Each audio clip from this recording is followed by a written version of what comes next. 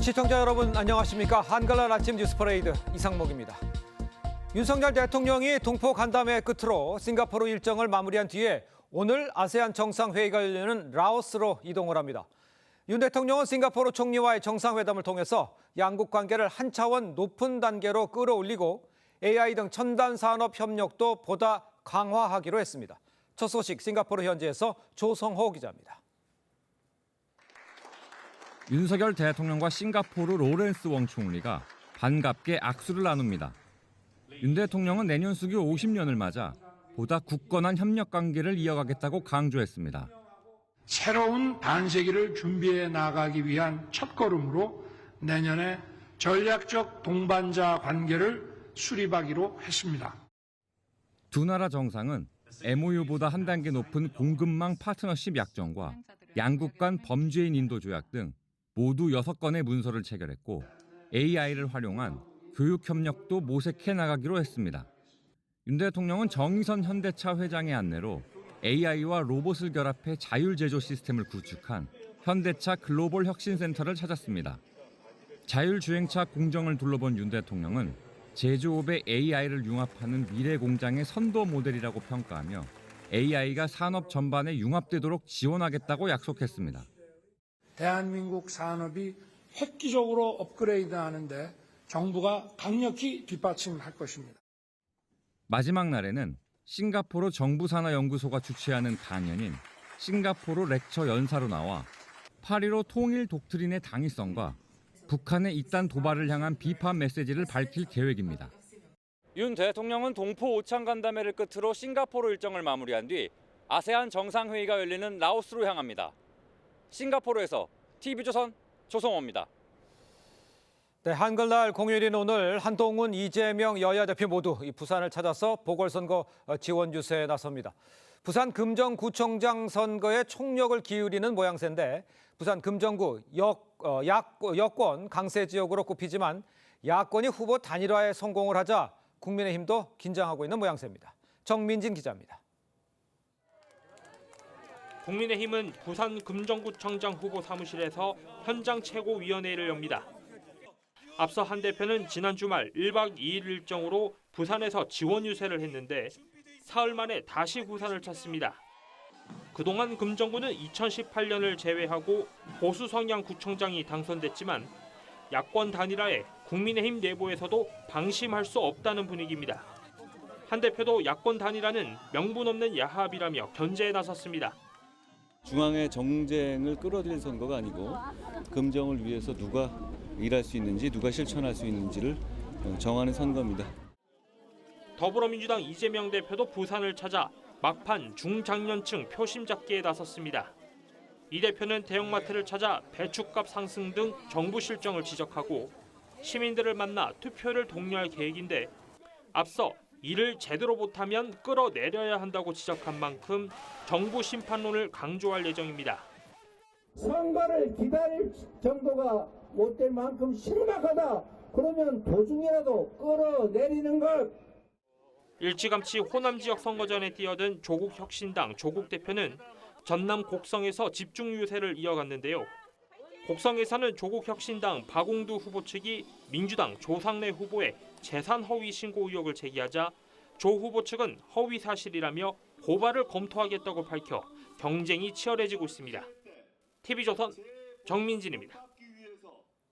민주당이 대통령 거부권 행사로 2차례 폐기됐던 특검법과는 별도로 이 김건희 여사 의혹을 수사하는 이 상설특검 추진에 나섭니다.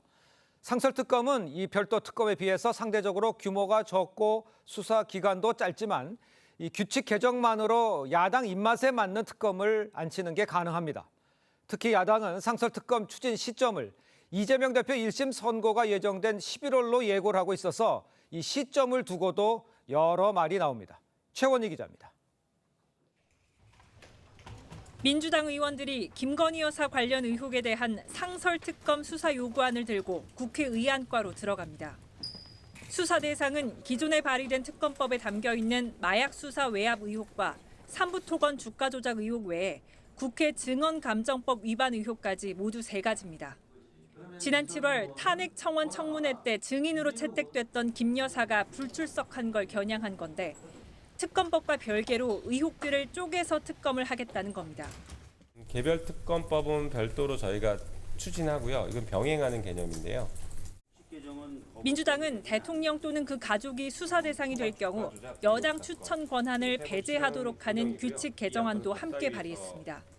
현행 규칙대로라면 민주당과 국민의힘이 각각 2명씩 추천위원을 추천할 수 있지만 규칙을 바꾸면 민주당이 2명, 조국혁신당과 진보당이 각각 1명씩 추천하게 됩니다.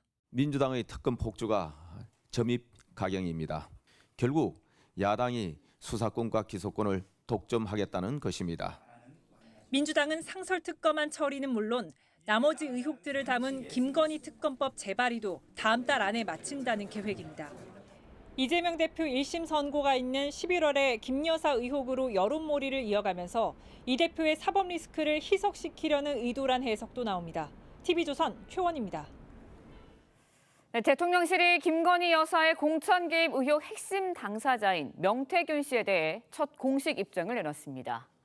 지난 대선 때 윤 대통령이 명 씨를 만난 적은 있지만 경선 이후 연락을 주고받지는 않았다며 선을 그었습니다. 임서인 기자의 보도입니다.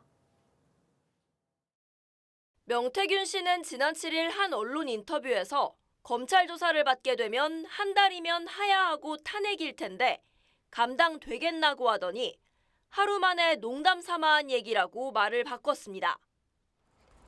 명 씨는 앞서 지난 대선 당시 윤석열 후보 자택을 수시로 방문해 조언했다는 말도 했습니다. 연일 이어지는 명 씨의 폭로성 발언에 대통령실이 언론 공지를 통한 첫 공식 입장을 밝혔습니다. 윤 대통령이 정치를 시작한 뒤 국민의힘에 입당하기 전인 2021년 7월 초 자택을 찾아온 국민의힘 고위 당직자가 명 씨를 데리고 와 처음으로 보게 됐다며 자택에서 만난 것은 그들이 보안을 요구했기 때문이며 명 씨가 대통령과 별도의 친분이 있어 자택에 온 것이 아니라고 설명했습니다. 거리를 두라는 당내 조언에 경선 이후엔 연락한 적이 없다고도 했습니다. 명 씨에 대해 추경호 국민의힘 원내대표는 발언자들의 내용이 서로 충돌되는 지점도 있다고 했습니다. 일방적인 지금 얘기들이 알려지고 있는 거 아닌가, 저는 그렇게 신빙성에 무게를 두지 않고 있습니다. 국회 행안위의 국정감사 증인으로 채택된 명 씨는 검찰 수사가 진행 중이라며 불출석 사유서를 제출했습니다. 야당은 명 씨에 대한 동행명령장 발부도 검토하겠다는 입장입니다. TV조선 임서인입니다.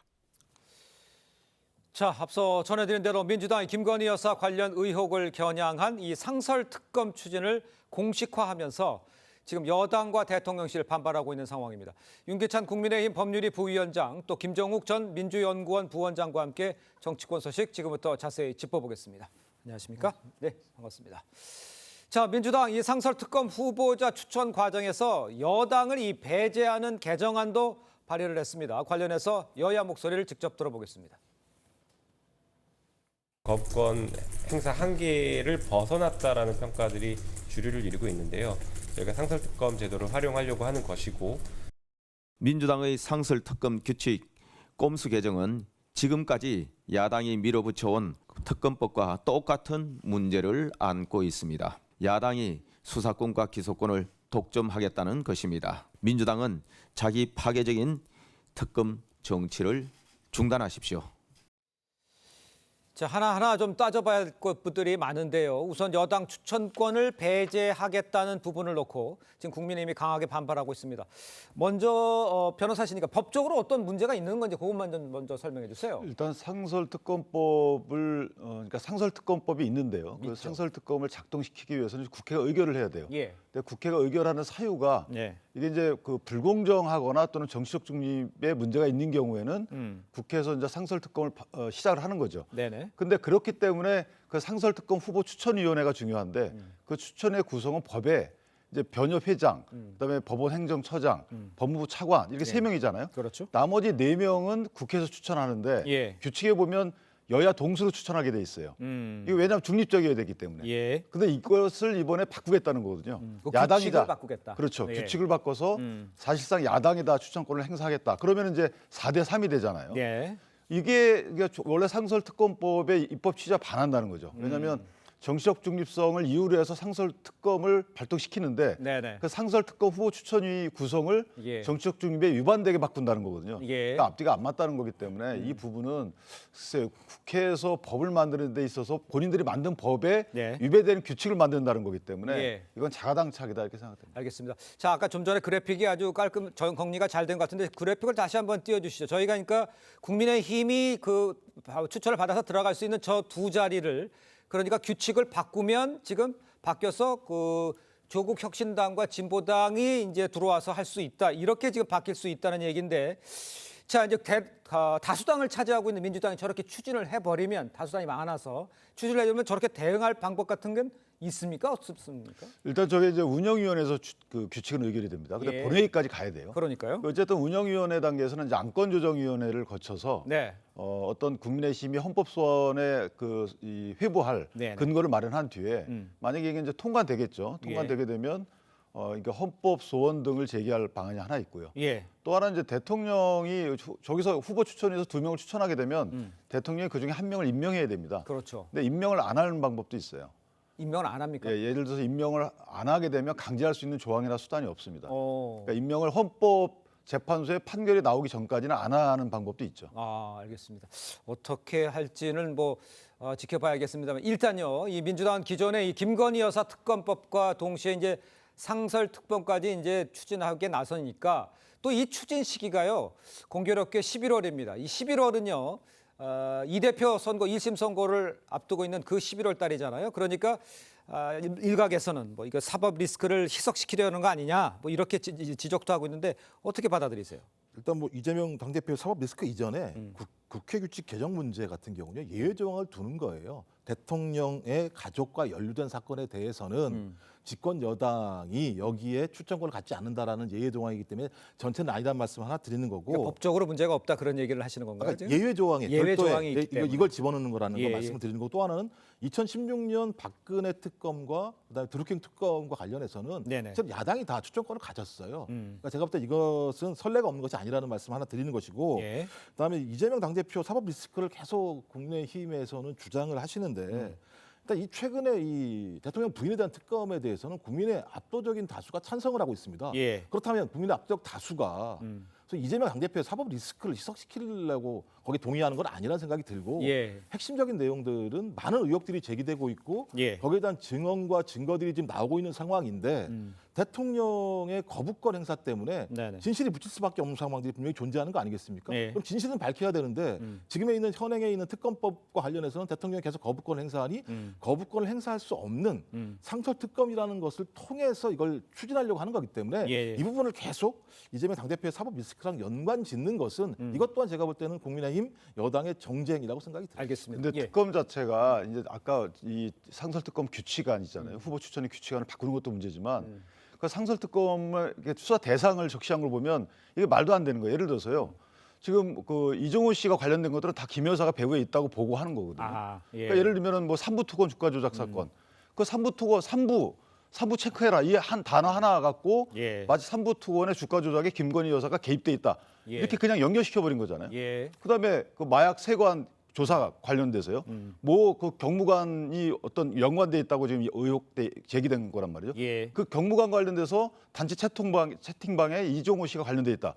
그러면 이종호 씨가 관련돼 있으니까 김 여사가 뒤에 배우 있겠거니 이렇게 추정하고 그냥 하는 거예요. 그래서 국회 증감법 위반 이거 고발하면 됩니다. 원래 법에 이렇게 돼 있잖아요. 네네. 근데 이걸 갖다 바로 특검 대상으로 삼는다. 예. 이걸 누가 동의하겠어요. 예. 그러니까 말씀하신 것처럼 그건 수사의 영역이잖아요. 근데 수사를 하는 상황 관련해서 검찰의 수사 행태를 보십시오. 대통령 부인이기 때문에 형사수사를 하고 있는 상황이기 때문에 예. 현행에 있는 수사기관으로서는 제대로 된 진실을 밝힐 수 없다라는 생각이 들기 때문에 예. 그렇게 말씀하시면 대통령이 아무런 무죄라고 생각하시면 특검법 통과시키세요. 예. 그럼 특검을 통해서 밝히면 그만인 거잖아요. 자, 이게 알겠습니다. 이런 예. 거 똑같은 거예요. 일반 국민 보고 자, 검찰이 소환해서 피해자 나오세요. 내가 혐의가 뭡니까? 일단 나와서 밝히세요. 떳떳하면 나오세요. 이게 말이 됩니까? 예를 들어서요. 삼부특검 주가 조작 사건에 김건희 여사가 개입돼 있다는 게 단추 하나라도 제시를 하고 특검을 발휘하든지 해야 될 거 아니에요. 제시 못 하고 있고. 알겠습니다. 그다음에 경무관 사건도 제시 마찬가지예요. 못한다고 말씀하세요. 정황 증거라는 게 다 나와 있는 상황이죠. 어떤 정황 증거가 수사는요. 정황이란 증거를 가지고 인지해서 수사를 하는 거예요. 그걸 안 하고 있으니까는 특검이나 상설특검을 제기하는 거죠. 알겠습니다. 이 부분에 대해서는 지금 수사 대상에 저 삼부토검 관련해서 몇 가지 항목들이 있잖아요. 저게 이제 적절치 않다는 얘기를 좀 해주시는 것 같고요. 뭐 규칙을 뭐 바꾸는 그거와 떠나서 저 지금 수사 대상에 포함되어 있는 저 세 개 항목에 적절치 않다는 얘기를 지금 변호사께서는 해주시고요. 그런데 이 지금 특검이 지금 계속 공전되는 상황에서 쌍특검이 되는 상황이잖아요. 상설특검은 가동돼서 가고 개별특검은 이제 또 이제 제가 이제 제약이 많기 때문에 실효성 의문이 들긴 합니다만 지금 상황에서 이 양쪽에서 다 이제 특검 또 발휘하실 거잖아요. 그죠? 그러니까 두 개를 다 가는 상황인데 이 상설특검의 실효성 여부는 어떻게 보십니까? 저는 민주당이 이 상설특검이 만약에 실행이 돼서 대통령이 임명을 한다고 쳐요. 네. 그렇게 되면 수사 실적은 나오지 않습니다. 제가 말씀드린 그런 이유 때문에 그래요. 왜냐하면 김건희 여사가 거기에 개입돼 있다는 게 전혀 안 나오는 상황이기 때문에 그렇다면 왜 하느냐. 네네. 아까 말씀하신 것처럼 저는 개인적으로 이재명 대표의 이제 이 11월 달에 나올 재판 결과 때문에 당내가 느슨해지거든요. 그럼 진보층을 결집시키려는 목적이 하나 있는 거고요. 네네. 또 하나는 마중물 역할을 하려고 하는 거예요. 그러니까 본인들이 원래 목적인 특검을 관철시키기 위해서 관철시키려고 그러면 대통령 거부권을 넘어서는 국내 힘의 일부 의원 이탈이 돼야 되잖아요. 네네. 그 의원 이탈에 마중물을 붓기 위해서 이거 두 개를 추진하고 있다. 그렇기 때문에 이 부분은 굉장히 정략적인 것이죠. 원래 특검의 제도적 목적을 벗어나는 거기 때문에 이 부분은 이제 쉽고 해야 된다 이렇게 생각합니다. 자, 그럼 제가 이렇게 질문 드릴게요. 지금 이제 상설 특검 가고 그다음에 이제 김건희 특검 재발휘하고 이렇게 가는 것 따라서 그럼 상설 특검 같은 경우에 이게 사안별로 이렇게 계속 갈 수 있는 상황이잖아요. 그렇게도 갈 수 있습니까, 지금?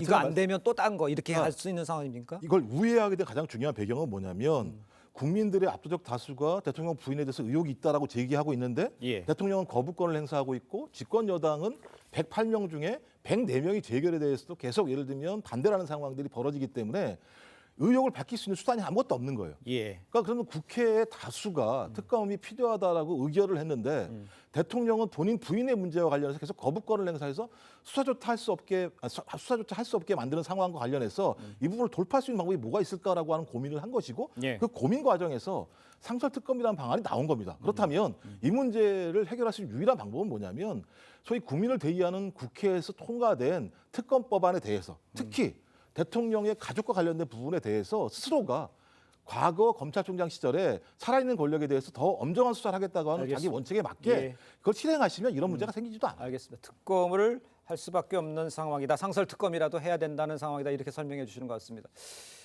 자, 한번 지켜보죠. 자, 계속해서 다음 이야기로 가보겠습니다. 국정감사 둘째 날인 어제도요.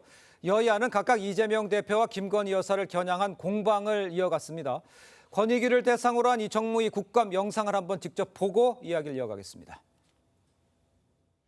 저를 고발했던 야당 의원들 전부 고소 고발을 다 할 것이다. 이렇게 전원위원회에서 말을 하셨는데 사실입니까? 예, 그렇습니다. 말이 안 되는 거 아닙니까 이게? 위원장이 정보를 주는 겁니다. 전준호 의원님 나가세요. 나가. 여기가 혼자만 하는 거예요.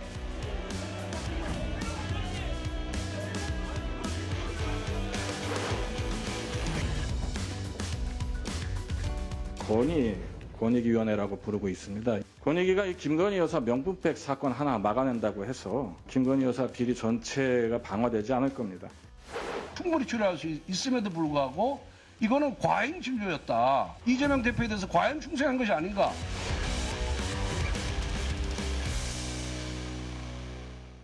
자, 저 장면 보셨습니다만 천준희 의원이 앞에 나온 거는 이제 헬기 이송 관계에 관련해서 본인이 그 이해충돌 당사자라고 이제 하니까 이제 맞서고 있는 상황이었고요. 정말 그 심하게 이제 부딪히는 장면들 많았습니다. 김 여사 명품 수수 의혹 사건을 종결 처리한 이 정승윤 권익위 부위원장이 어제 국감에 출석을 했는데 외압 행사 의혹을 제기한 야당을 고발하기로 하니까 이 발언을 하자 이제 파행이 이어진 거잖아요. 자, 어제는 어떻게 보십니까 상황을? 일단 이 권익위라는 곳은 이제 청탁금지법의 주관기관이에요. 네. 그러니까 청탁금지법에 한해서 해석을 하는 기관이고 예. 청탁금지법에 관해서 처벌 조항이 없기 때문에 김건희 여사를 처벌할 수 없다라는 게 권익위 의원의 의견의 요체예요. 예. 그리고 권익위 의견을 바란 것은 권익위 자체 기관입니다. 네네. 그러니까 전원위원회에서 이걸 의결 절차를 거쳐서 한 것이지 예. 정승윤 부위원장 개인적인 의견이 아니라는 것이죠. 그러니까 공격 대상을 삼은 것도 부적절한 것이고 네네. 또 하나는 정승윤 부위원장 입장에서 보면 고발당한 게 억울하니까 나 고발당한 거 무고로 고발하겠다라고 할 수 있는 거 아니겠어요? 만약에 전원위원회에서 그런 발언을 안 했다면 거짓말을 하냐고 하실 것이고 네네. 했다고 하니까 어떻게 그렇게 얘기할 수 있냐라고 하시는데 아니 국회의원이 무고해도 되는 건가요? 정당이 무고해도 되는 건 아니잖아요. 그럼 무고를 당하는 사람 입장에서 보면 본인이 무고당했다고 느끼는 사람은 본인이 무고라고 고소를 해서 본인이 고소한 무고가 또 성립이 안 되면 또 무고로 고소 당할 위험을 감수하고 저런 말을 하는 거거든요. 그렇다면 저것을 국회 협박이라고 말하는 것 자체가 저는 국회의원의 글쎄요, 법의 위에 계신 분인가요? 예. 저는 개인적으로 상당히 부적절하다고 보고 권익위 부위원장 입장에서 보면 본인이 돌아가신 그 국장에 대해서 어떤 압박을 하지 않았음에도 불구하고 네. 압박했다는 것을 전제로 직권남용으로 고발당한 거잖아요. 그렇다면 본인은 억울하다고 해서 무고로 고발할 수 있죠. 그 수사기관에 가릴 일인데 왜 국회에서 수사 재판 전에 저런 말씀을 하시는지 예. 이해가 전혀 안 되는 거죠. 그 교수님께는 이렇게 여쭤볼게요. 지금 동행 명령장이 지금 저희가 알고 있기로는 그 이틀 만에 4건 발부됐어요. 이거 적절한 겁니까? 어떻게 보세요? 뭐 말씀하신 것처럼 불출석의 사유도 명료해야 되지만 동행 명령에 대해서도 국민들이 납득할 만한 어떤 내용이어도 과도하면 안 된다는 생각이 분명히 듭니다. 네. 그렇다고 하더라도 국회가 의결해서 출석을 요구하면 거기에 맞게 나오는 것이 상식인 거예요. 그러니까 안 나오는 이유가 명료해야 되는데 그러니까 최근에 하나의 사례를 들어볼게요. 명태균 씨 같은 경우가 불출석 사유서를 제출했어요. 예. 제출 사유가 뭐냐면 검찰 수사를 받고 있다라는 내용입니다. 그렇죠. 근데 본인은 계속 언론에다가 인터뷰를 통해서 모든 내용들을 갖다 제기하고 있는 상황이에요. 그러니까 이 얘기는 뭐냐면 국회에만 나오지 않겠다라는 거거든요. 네네. 그러면 국회를 무시하는 행위입니다. 예. 또 그렇다면 국회가 가지고 있는 동행 명령권을 행사하는 것은 예. 당연하다는 생각이 드는 것이고요. 예. 앞으로도 마찬가지입니다만 저는 국회라고 하는 공간을 갖다가 예. 예를 들면 뭐 민주당 아니 국민의힘 정파적인 이익 집단들의 모임으로 생각하는 형태들이 있는 것 같아요. 그렇지 않다. 국회에서 다수결에 의해서 결정된 사항에 대해서 집행한 내용들은 거기에 해당하는 사람들은 존중하려고 하는 태도가 보여야 되는데 예. 아까 그 국민 권익위도 마찬가지입니다만 어느 순간부터 저희 국가기관들이 국회에 나와서 발언하는 행태를 보면 예. 국회를 무시하는 모습들이 되게 많이 있습니다. 알겠습니다. 아니, 국민을 무시하면서 어떻게 자기들의 공공기관으로서 역할을 하겠다고 얘기하는지 좀 스스로 돌아봤으면 좋겠습니다. 알겠습니다. 자, 명태균 씨 얘기는 잠시 뒤에 좀 하고요. 요 하나만 먼저 확인을 좀 해보도록 하겠습니다. 계속해서 다음 이야기 좀 해봐야 될 텐데 이재명 대표가요. 대북송금 의혹 사건 재판부를 바꿔달라 요청을 했습니다. 법원이 거부를 했어요.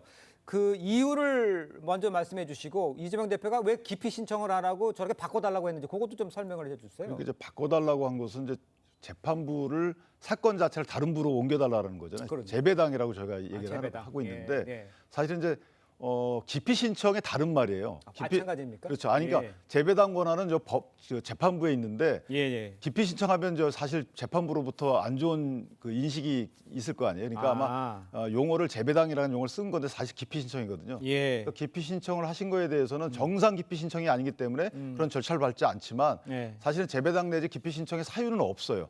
이게 불공정한 재판을 할 염려가 있어야 되는데 네네. 아니 공범과 함께 재판한다고 해서 불공정한 재판을 할 염려가 있다고 인정을 하게 되면 네네. 모든 공범 사건을 다 분리해서 재판부를 달리해야 돼요. 이게 얼마나 비효율적인 재판인 거 말이 안 되는 거겠습니까? 예를 들면 A라는 공범에 대해서는 뭐 무죄가 나오고 B라는 공범에 대해서 유죄가 나오고 이렇게 나올 수가 없는 거잖아요. 그러니까 저 부분은 현 사법 시스템의 작동 원리를 아시는 분이 저렇게 한다는 것은 사실은 재판부에 대한 불만 표시인 거이고 또 하나는 네. 그 과정에서 왜 그런 재배당 요청을 했냐라고 하니까 지지자분들이 혹시 재판부에 대해서 여러 가지 항의를 할까 봐 그렇다. 이거는 재판부에 대한 명백한 협박이죠. 그리고 어떻게 보면 나쁘게 얘기하면 예. 협박에 대한 뭐 선동 이렇게도 익힐 수 있는 대목이기 때문에 저런 말씀하시면 안 돼요. 알겠습니다. 이 부분에 대해서 뭐 특별히 하실 말씀 있으세요? 제 생각에도 좀 누군지 모르겠습니다.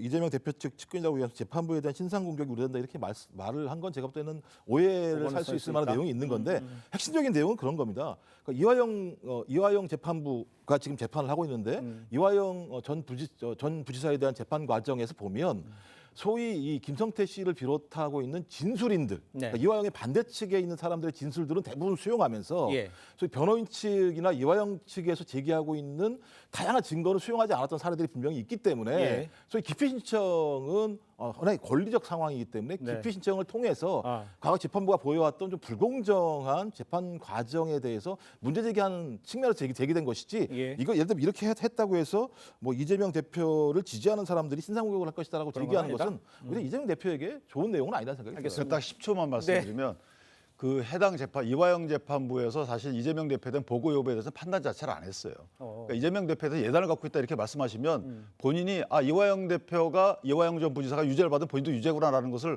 오히려 인정하는 꼴이 되기 때문에 그것은 본인한테 불리해요. 알겠습니다.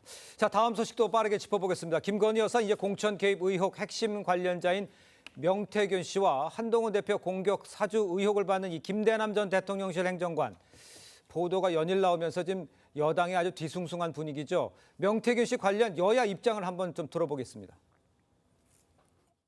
일방적인 지금 얘기들이 알려지고 있는 거 아닌가 이렇게 생각합니다. 저는 뭐 그렇게 신빙성에 무게를 두지 않고 있습니다. 뛰는 천공 위에 나는 명태균입니까? 요즘 김건희는 정권 실세, 명태균은 비선 실세라는 말이 돌아다닙니다.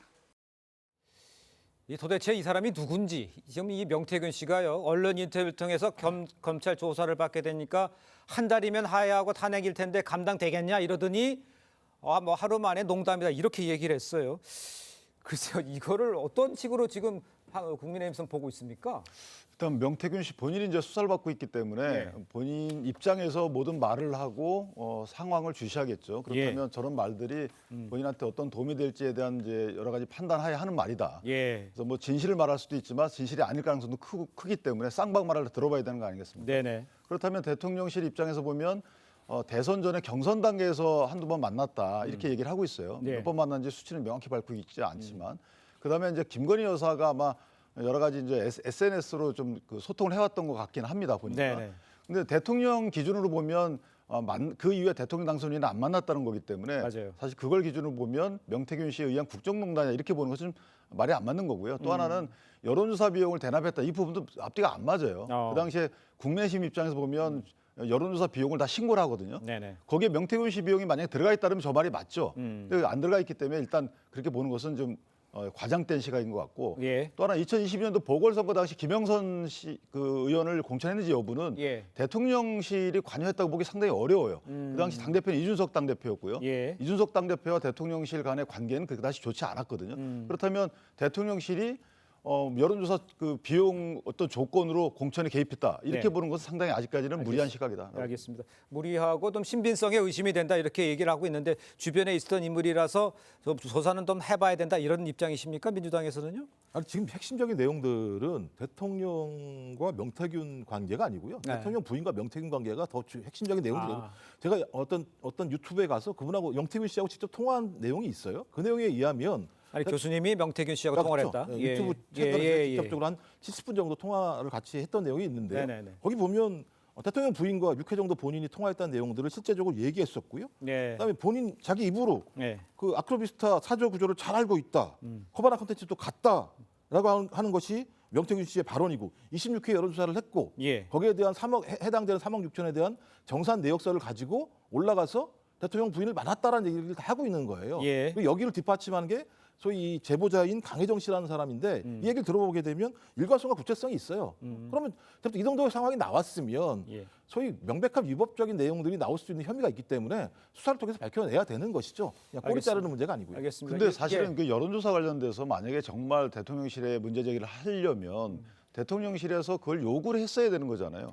누구나 당연히 여론조사해가지고 나 당신을 위해서 이렇게 했어라고 갖다 들이밀면 다 인정해야 되는 건가요? 상의를 하고 그다음에 그걸 요구를 하고 이런 것들이 나왔어야지. 사실은 이제 대통령 당선 가능성이 큰 분한테 가가지고 나 이렇게 당신 도움 드렸으니까 앞으로 나 봐주쇼. 이렇게 하면 다 문제가 되는 건가요? 그런 시각에서도 봐야 된다. 그건 야당이 얘기한 게 아니고요. 명태균 씨가 내역서에서 올라갔다는 얘기란 거예요. 자 이제 문제는 내용들 왜 저희들한테 문제 제기하십니까? 지금 문제는 이 명태균 씨와 관련해서 이 사람이 좀 계속 이야기를 하고 있기 때문에 국감에서도 어떤 이야기가 또 튀어나올지 이 기간 중에 좀 저희가 좀 지켜봐야 할 것 같습니다. 자, 두 분 말씀 오늘 여기까지 듣겠습니다. 고맙습니다. 자, 유신 말기 최대 공안 사건입니다. 난민전 사건으로 투옥됐던 이재호 민주화운동 기념사업회 이사장 재심을 통해서 45년 만에 무죄를 선고받았습니다. 이 이사장은 난민전 사건 가담 혐의로 1980년 대법원에서 징역 5년형을 선고받았습니다. 서울고법은 어제 이 이사장에 대한 재심에서 무죄를 선고했습니다. 재판부는 이 이사장이 난민전 활동에 가담했다는 근거가 없다고 말했습니다. 네, 지난 8월 총 7명의 많은 사망자를 냈던 부천 호텔 화재는 결국 인재로 드러났습니다. 당시 화재는 객실 에어컨에서 시작이 됐는데 호텔 업주가 영업 지장을 우려해 낡은 에어컨의 전선을 교체하지 않았던 것으로 드러났습니다. 또 울리는 비상벨을 직원이 임의로 꺼 투숙객들의 대피가 늦어졌던 것으로 밝혀졌습니다. 노도일 기자의 보도입니다. 호텔 창문으로 치솟아 나오는 불길. 불이 시작된 직후 비상벨이 울렸지만 이내 꺼졌습니다. 그러니까 맨 처음에 울렸을 때 저희가 뭐야 이러고 문을 열고 킁킁 이랬는데 냄새가 안 났어요. 근데 한 2, 3분 있다가 또 울리더라고요. 경찰은 호텔 직원이 경보기를 껐다가 화재를 확인하고 다시 킨 사실을 확인했습니다. 하지만 그 2분 24초 사이 문이 열린 810호에서 뿜어져 나온 연기가 순식간에 퍼지면서 5명이 제때 대피하지 못하고 숨진 것으로 봤습니다. 안전교육 미흡에 따른 화재 경보기 임의 차단 행위가 더해져 대형 참사로 이어졌습니다. 또 호텔 소유주가 2018년 에어컨을 교체할 때 영업 지장을 우려해 오래된 배선은 그냥 사용하도록 했는데 그 이후 수리기사의 경고에도 불구하고 그대로 방치해 불이 난 것으로 파악했습니다. 전체 객실의 절반은 규정과 달리 완강기를 설치하지 않은 사실도 확인했습니다. 경찰은 다만 에어매트가 뒤집히며 투숙객 2명이 숨진 것과 관련해서는 안정성을 담보할 환경이 아니었다며 소방 책임으로 보기 힘들다고 판단했습니다. 경찰은 호텔 소유주와 관리자, 경보기를 끈 직원 등 4명에 대해 업무상 과실치사상 혐의로 구속영장을 신청했습니다. TV조선 노도일입니다. 자, 음주운전 혐의로 입건된 이 문재인 전 대통령의 딸 다혜 씨의 사고 당일 추가 행적이 계속해서 지금 나오고 있습니다. 네, 관련 내용 설주한 변호사 강전의 변호사와 함께 자세히 짚어보도록 하겠습니다. 안녕하세요. 안녕하세요. 안녕하십니까? 자, 문대혜 씨 사고 당일 한 음식점에서 소동도 벌인 것으로 지금 알려져 있는데 어떤 일이 있었던 건지 좀 설명해 주세요. 네, 지난 금요일에서 토요일로 넘어가는 동안에 문재인 전 대통령의 딸 문다혜 씨가 이태원에서 술을 마시고 2시 50분경 택시와 추돌 사고가 나면서 이게 언론에 보도가 되고 굉장히 파장이 커지고 있는데요. 그 중간에 있었던 상황들에 대해서도 속속 좀 드러나고 있습니다.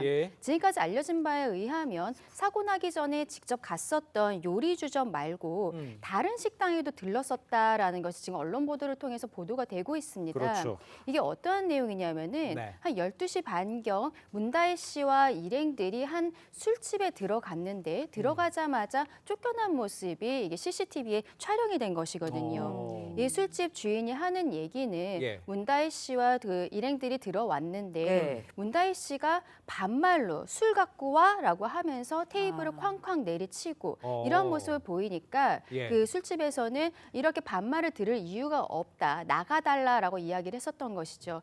이런 논란들이 있었는데 문다혜 씨와 함께 있었던 동행들이 다른 집으로 가자 이렇게 이야기를 하면서 문다혜 씨를 데리고 나가고 그 이후에 다른 요리주점으로 들어간 것으로 좀 드러나고 있습니다. 그렇군요. 네, 근데 문다혜 씨가 음주 사고를 냈을 때 그 당시의 차량이 현재 압류 상태인 것으로 알려졌거든요. 네. 왜 이렇게 된 건가요? 그러니까 총 2차례 주정차 위반으로 지금 과태료가 부과되고 그거에 대해서 한 체납점 기록이 지금 나와 있는 것으로 나와 있는데요. 이 캐스퍼 차량, 이 운행 차량이 문 전 대통령 소유는 지난 6월에 서울에서 주정차 위반으로 과태료 처분을 받았고요. 또 이를 체납해서 11월에 지난해 2023년도 11월에 압류 조치를 받았습니다. 근데 당시에 어떤 이 과태료가 부과될 당시에 주정차 위반의 실제 운전자가 누구였는지는 밝혀지지는 않았고요. 지금 이 캐스퍼 차량에 압류가 돼 있는 부분은 그 전에 소렌토 차량이 있었습니다. 거기에 과태료가 부과됐던 것이 체납되면서 이제 대체 압류 처분을 받은 것입니다. 그래서 지금 그래서 이전이 된 것이고요. 차량 명의가 이전되면서 이전된 것이고 이 소렌토 차량은 원래 이제 문 전 대통령이 과거에 대통령 되시기 전에 운행을 하다가 대통령 된 다음에는 이 문다혜 씨로 명의가 이전됐다가 다시 퇴임하시고 난 다음에 지금 이 부분이 문 전 대통령으로 명의가 이전된 상황입니다. 알겠습니다. 예. 자, 이런 가운데요. 문재인 청와대 민정수석을 지냈죠. 조국혁신당 조국 대표. 다혜 씨의 음주운전 사고에 대해서 입장을 밝혔습니다. 한번 직접 들어보겠습니다. 자신이 잘못한 것에 대해서 자신이 책임져야죠. 그래서 조사받고 그에 대해서 처벌받아야 된다고 생각합니다. 좀 과하다고 생각하고요. 지금은 문다혜 씨 자신이 사과하고 책임지는 것이 먼저죠. 그러니까 대통령이 사과하는 네. 건 좀 과하다. 네. 이렇게 얘기하시는 건데 어떻게 생각해야 됩니까? 저는 근데 조국 민정수석이 과연 이 상황을 몰랐을까? 이것도 좀 의문입니다. 그래요? 왜냐하면은 최근에 다혜 씨 가족이 태국으로 이주하는 과정에 있어서 네. 당시 청와대 민정수석실 행정관이 관여했었다라는 것이 밝혀지지 않았습니까? 예. 그렇다면은 민정수석실에서 대통령의 친인척들을 관리를 했었는데 앞서 이야기했던 이번에 사고가 난 캐스퍼 차량뿐만이 아니라 그 전에 문재인 전 대통령이 타고 다니던 대통령이 되기 전에 타고 다니던 소렌토 차량 같은 경우에도 대통령을 하는 기간 동안에 뭐 그 버스 전용차로 위반이라든지 이런 과태료를 받은 것이 드러나고 있거든요. 그렇다면은 아마도 문재인 전 대통령이 대통령을 하는 동안에 운전을 하진 않았을 거잖아요. 네. 그렇다면은 문다혜 씨나 아니면 문다혜 씨의 가족들 이렇게 했을 것으로 보이는데 그렇다면 이러한 것들은 운전 습관인 것이죠. 과태료를 네. 계속적으로 부과를 받는다는 것. 이런 것에 대해서 과연 민정수석실에서 대통령 소유로 되어 있는 차에 압류가 들어오고 과태료가 계속 부과되고 있는데 이런 것들을 몰랐을까? 굉장히 의문입니다. 그리고 저는 문재인 전 대통령의 지금 상황에 대해서는 어느 정도 입장 표명이 필요하지 않을까라고 개인적으로 생각을 해요. 네. 왜냐하면은 아까 말씀드린 소렌토 차량 그리고 이번에 캐스퍼 차량까지 문재인 전 대통령 소유의 차량을 문다혜 씨한테 이전을 했잖아요. 최근에 문제가 되고 있는 경제 공동체의 문제들이 있는 것이고 문다혜 씨가 이번에는 음주운전으로 단속이 된 것이 밝혀졌는데 음주운전 같은 경우에는 한 번 하는 경우는 사실상 잘 없습니다. 네. 그리고 과태료를 여러 차례 부과받았다는 것은 어떤 준법 정신이 결여되어 있다라고 볼 수 있을 것 같은데 과연 이런 부분들에 대해 몰랐을까? 그리고 본인 명의로 되어 있는 동안에도 수차례 과태료 처분들이 들어왔었다는 부분 여기에 대해서는 문재인 전 대통령이 차의 당시 소유주로서 여기에 대해 어떤 사실관계에 대해 입장 표명이 있어야 되는 것이 아닌가라고 생각합니다. 알겠습니다. 네, 문 전 대통령의 사과, 직접적인 사과 필요한 걸까요? 직접 사과까지는 아니더라도 어떤 예. 가족의 일이고 특히 자녀에 대한 일이기 때문에 성인인 자녀이긴 합니다만은 어떤 그래도 유감의 어떤 입장 표명 정도는 있어야 되지 않을까라는 생각을 해봅니다. 네, 알겠습니다. 어떻게 또 진행이 될지 지켜봐야 할 것 같고요. 네. 다음 이야기 이어가겠습니다. 배우 이영애 씨가 한 인터넷 매체를 명예훼손으로 고소했습니다. 이 사건 서울고검이 재수사에 나섰는데 구체적인 내용이 뭐 어떻게 된 거였나요? 이영애 재수사에 씨가 나선 거죠? 네네 지난해 9월에 이승만 대통령 기념관 건립을 해서 이승만 대통령 어떤 기념재단에 5천만 원을 기부한 사실이 있습니다. 그 뉴스는 아마 많이 보셨을 건데요. 여기에 대해서 그 열린공감 TV라는 어떤 유튜브 인터넷 매체가 이영애 씨의 기부가 윤석열 대통령과 김건희 여사 부부와 연관돼 있다라는 식으로 보도를 한 것이고 그래서 이제 이영애 씨 측에서 용산경찰서에 이 열린공감 TV의 대표인 정모 씨를 고소를 했습니다. 그래서 여기에 이제 이것이 이제 용산경찰서인데 관할인 양주경찰서, 경기 양주경찰서로 이송이 됐는데 거기서 이제 증거가 조금 불충분하다라는 이유로 불송치 결정이 내려졌지만은 이영애 씨 측에서 이에 대해서 이의 신청을 해서 검찰에 송치가 됐고요. 그다음에 의정부지검에서 수사를 했는데 올해 6월에 불기소 결정을 받았습니다. 여기에 대해서 이영애 씨 측이 불기소 결정에 대해서 불복을 했고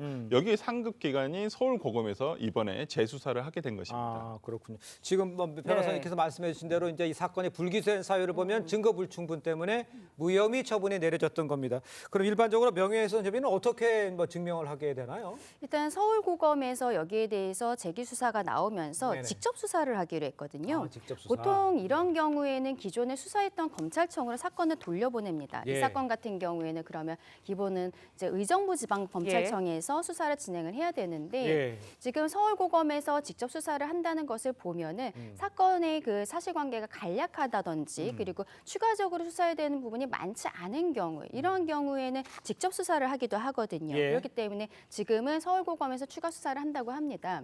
말씀드린 것처럼 지금 그 무혐의 그 불기소 결정이 나왔던 것은 증거 불충분이었었거든요. 이것에 대해서 이영애 씨 측에서 알면서 항고를 한 상황. 상황이기 때문에 아마 항고 과정에서 새로운 자료들이 어느 정도 들어가지 않았을까 싶어요. 그러면 이런 부분들에 대해서는 서울고검에서 수사가 진행되게 될 것으로 보입니다. 알겠습니다. 네. 자, 오늘 말씀은 여기까지 듣겠습니다. 고맙습니다. 감사합니다. 네, 우리나라 국채, 한국 국채가 네 번째 도전 만에 WGBI 편입에 성공했습니다. WGBI는 이른바 선진국 국제 클럽으로 세계 3대 채권 지수로 분류되고 있습니다. 한국 국채의 위상이 높아지면서 금리가 안정되고 외환 수급이 개선되는 효과가 예상되는 가운데 기재부는 최대 90조 원의 해외 자금 유입이 가능할 것으로 분석했습니다. 자, 삼성전자의 3분기 영업이익이 발표가 됐죠. 이 시장의 예상치를 한참 못 미쳤는데 경영진이 이례적으로 사과까지 하고 나설 정도였습니다. 주가 6만 원 선도 위태롭다는 분석인데 삼성을 둘러싼 위기설이 점점 커지는 모양새입니다. 장윤정 기자의 보도입니다. 지난 2분기 10조 원 넘는 영업이익을 낸 삼성전자. 테크업계에 불고 있는 인공지능 AI 붐 덕에 3분기에는 실적이 더 좋아질 거란 전망이 많았습니다. Semiconductors and displays will also play a big role in maximizing the utility of AI.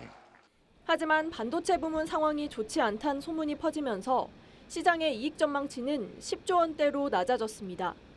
발표한 3분기 잠정 실적은 낮아진 전망치도 밑돌았습니다. 올 3분기 영업이익은 9조 1천억 원으로 반도체 불황이었던 지난해 3분기보단 증가했지만 지난 2분기보다는 12.8% 감소했습니다. 삼성전자 반도체 부문 전영현 부회장은 시장 기대에 못 미치는 성과로 걱정을 끼쳐 송구하다고 사과했습니다. 실적 부진에 대해 경영진이 메시지를 낸 건 이번이 처음입니다. 문제는 역시 반도체.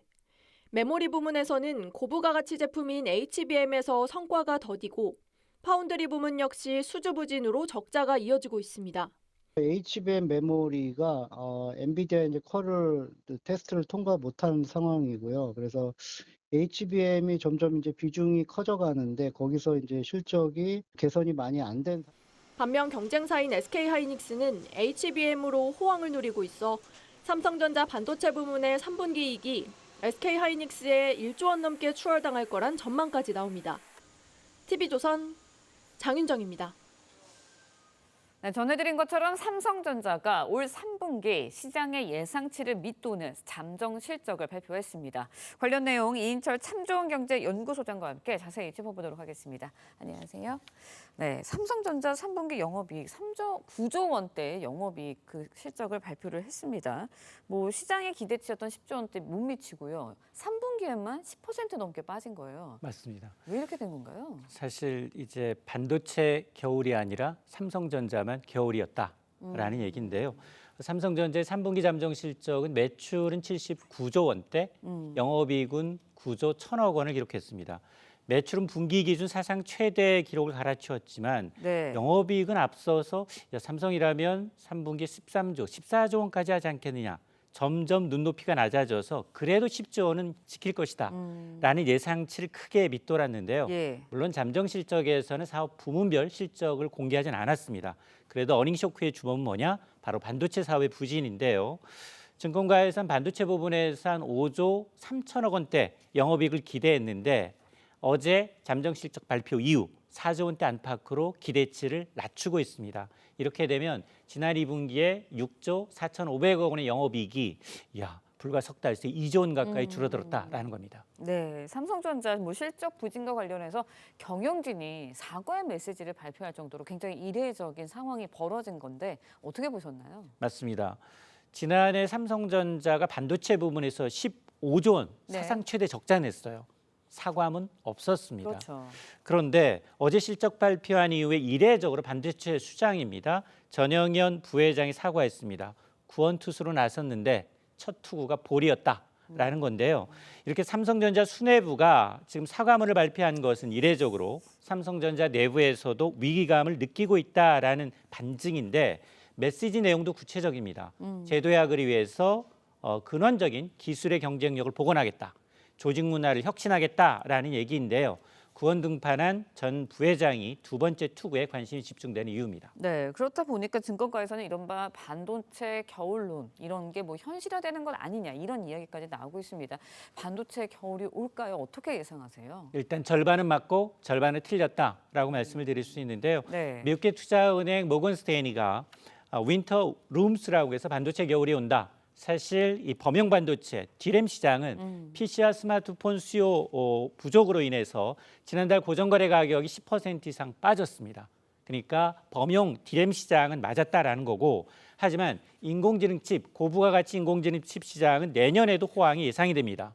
실제로 이 부분에 집중했던 마이크론 테크놀로지는 어닝 서프라이즈를 기록을 했거든요. 그러다 보니 네. 이건 업황의 문제가 아니라 업체별 대응 능력의 문제였습니다. 네, 삼성전자 어닝 쇼크에 뭐 주가도 당연히 하락을 했고요. 그렇다 보니까 뭐 국민주로 불렸던 주가 간신히 6만 전자 지켰다. 그래서 앞으로 국내 증시에도 어떤 영향 미칠지 굉장히 관심이 쏠리고 있는데 어떻게 예상하시나요? 맞습니다.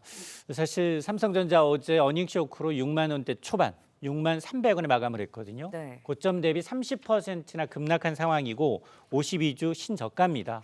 역사적 주가가 이제 빠진 상황이기 때문에 추가 하락은 좀 제한적이다. 그러나 이제 일부에서는 의미 있는 인공지능 칩 시장에서의 반등이 있기까지는 주가가 좀 지지부진할 수 있다라는 전망이 맞서고 있는 상황인데 예. 두 가지 전제 조건이 좀 필요합니다. 하나는 우선 엔비디아의 지금 테스트 중인 고대역폭 메모리 납품권 승인이 나서 SK와의 격차가 좀 줄어들어야 됩니다. 또 하나는 외국인 투매가 변수인데요. 지난 한 달여 동안 삼성전자만 10조 넘게 팔았습니다. 자, 그래서 당장 이제 삼성전자가 경장사를 압도할 만한 퍼포먼스를 내지 않은 이상 외국인의 귀환이 쉽겠느냐라는 이제 관측도 있는데요. 그럼에도 불구하고 이번에 수장이 나타나서 이제 경쟁력 복원을 얘기한 만큼 대규모 R&D 투자, 연구개발이나 M&A, 인수합병 추진 소식이 나온다면 이런 게 주가 반등의 계기가 될 수 있습니다. 네, 알겠습니다. 삼성이 또 이런 위기를 어떻게 또 펼쳐 나갈지, 대응해 나갈지 좀 지켜봐야 할 것 같고, 다음 소식 또 뭐 짧게 짚어보도록 하겠습니다. 저희가 앞서서도 전해드렸는데 우리나라 국채, 한국의 국채가 세계 국채 지수 편입이 확정이 됐습니다. 이게 어떤 의미를 갖고 있는 건가요? 우리나라 경제는 세계 선진국 수준이지만 금융시장은 신흥국으로 이제 분류가 되고 있는데 주식보다도 앞서서 채권이 선진국 지수에 편입됐다라는 의미인데요. 네. 세계 국채지수는 세계 3대 국채지수 가운데 하나입니다. 연기금과 같은 글로벌 투자 자금이 벤치마크 지수로 활용을 하다 보니까 이제 국내 한국 채권이 선진국으로 국채적 어떤 위상이 좀 높아졌다라는 거고요. 이렇게 되면 내년부터 최대한 90조 원 가량의 네. 해외 자금이 유입이 되면 외환 시장 안정되죠. 우리는 한국 채권 발행할 때 이자 조달 금리가 낮아지는 효과가 있습니다. 네, 알겠습니다. 오늘 이인철 참정경제연구소장과 함께 경제 관련 이야기 나눠봤습니다. 오늘 말씀 고맙습니다. 네, 미국 남부 플로리다에 또다시 초대형급의 허리케인이 접근 중입니다. 200명이 넘는 사망자를 냈던 헐린의 피해가 복구되기도 전에 또 엄청난 위력의 허리케인을 맞게 되는 건데 100년 만에 가장 강력한 폭풍이 될 수 있다는 우려 속에 바이든 대통령도 해외 순방을 연기했습니다. 황정민 기자의 보도입니다. 비행기 날개가 거센 비바람에 부딪힙니다. 기체가 심하게 요동치면서 물건들이 마구 떨어집니다.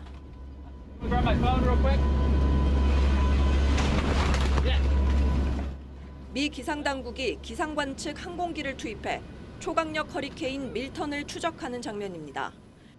밀턴은 멕시코 북쪽 바다에서 미 남부 플로리다에 접근하고 있는데 위력이 최고 등급인 5등급까지 커졌습니다. 현지 시간으로 8일 저녁 플로리다 서부에 상륙할 걸로 보입니다. 최대 풍속 시속 250km의 강풍과 폭우를 동반해 해변에 4m 넘는 폭풍의 일을 일으킬 수 있습니다. 당국은 해당 지역에 비상사태를 선포하고 주민 대피령을 내렸습니다. That's their biggest fear right now, power outages. Some areas I'm praying that they don't get flooded out, but more power outages than it was when Helene. 플로리다는 지난달 27일 허리케인 헐린이 상륙하면서 200명 넘는 인명피해가 났습니다. 2주도 안 돼 다시 초강력 허리케인이 다가오자 바이든 대통령은 예정됐던 독일 앙골라 순방 일정을 연기했습니다. We're driving up preparedness for Hurricane Milton, which could be one of the worst storms in 100 years to hit Florida. 최악의 경우 밀턴이 236조 원에 달하는 막대한 피해를 낼 거란 우려가 나옵니다. TV조선 황정민입니다.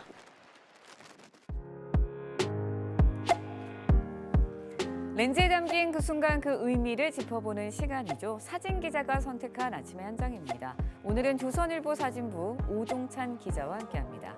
안녕하세요. 오늘 아침에 볼 사진 어떤 건가요? 네, 한 외국인이 한글로 정확히 세종대왕 글자를 써서 들고 있는 장면입니다.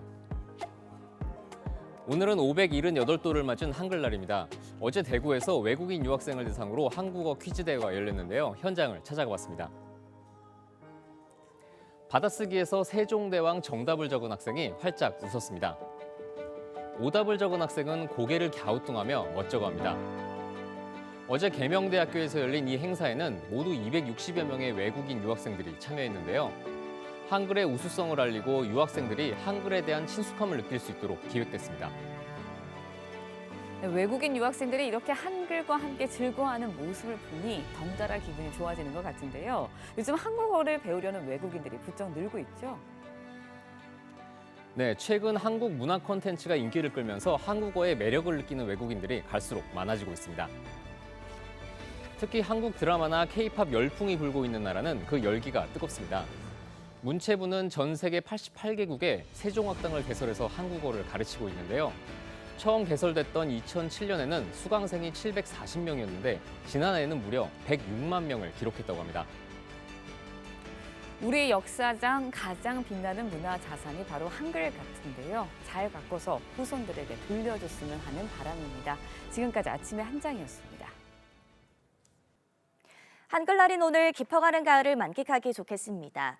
오늘 한낮에 서울과 대전이 24도, 대구 23도로 어제와 비슷하겠는데요.